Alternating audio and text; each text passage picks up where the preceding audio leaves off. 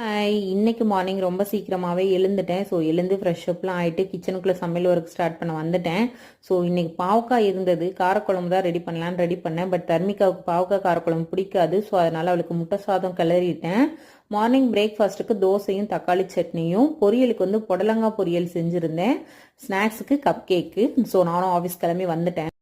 Evening ஆஃபீஸ்லாம் முடிச்சு வந்ததும் தர்மிகா ஸ்கூல்லேருந்து கிறிஸ்துமஸ் செலிப்ரேஷன் சொல்லியிருந்தாங்க. ஸோ அதுக்காக கொஞ்சம் திங்ஸ் எல்லாம் வாங்கலான்னு சொல்லிட்டு வந்திருந்தேன். ஸோ ஷாப்பிங்லாம் முடிஞ்சது. ஸோ ஷாப்பிங்லாம் முடிச்சுட்டு வந்ததும் ஈவினிங் வந்து ஹோம்ஒர்க்லாம் ஃபினிஷ் பண்ணிட்டாங்க. ஃபினிஷ் பண்ணிவிட்டு ஸோ கொஞ்சம் நான் யூடியூப் சேனலுக்கு வீடியோ எடுக்கிறேன் அப்படின்னு சொல்லிட்டு வீடியோ எடுத்திருக்காங்க.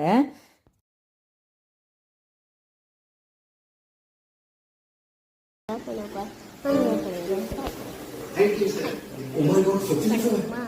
Sir, now the biggest fan.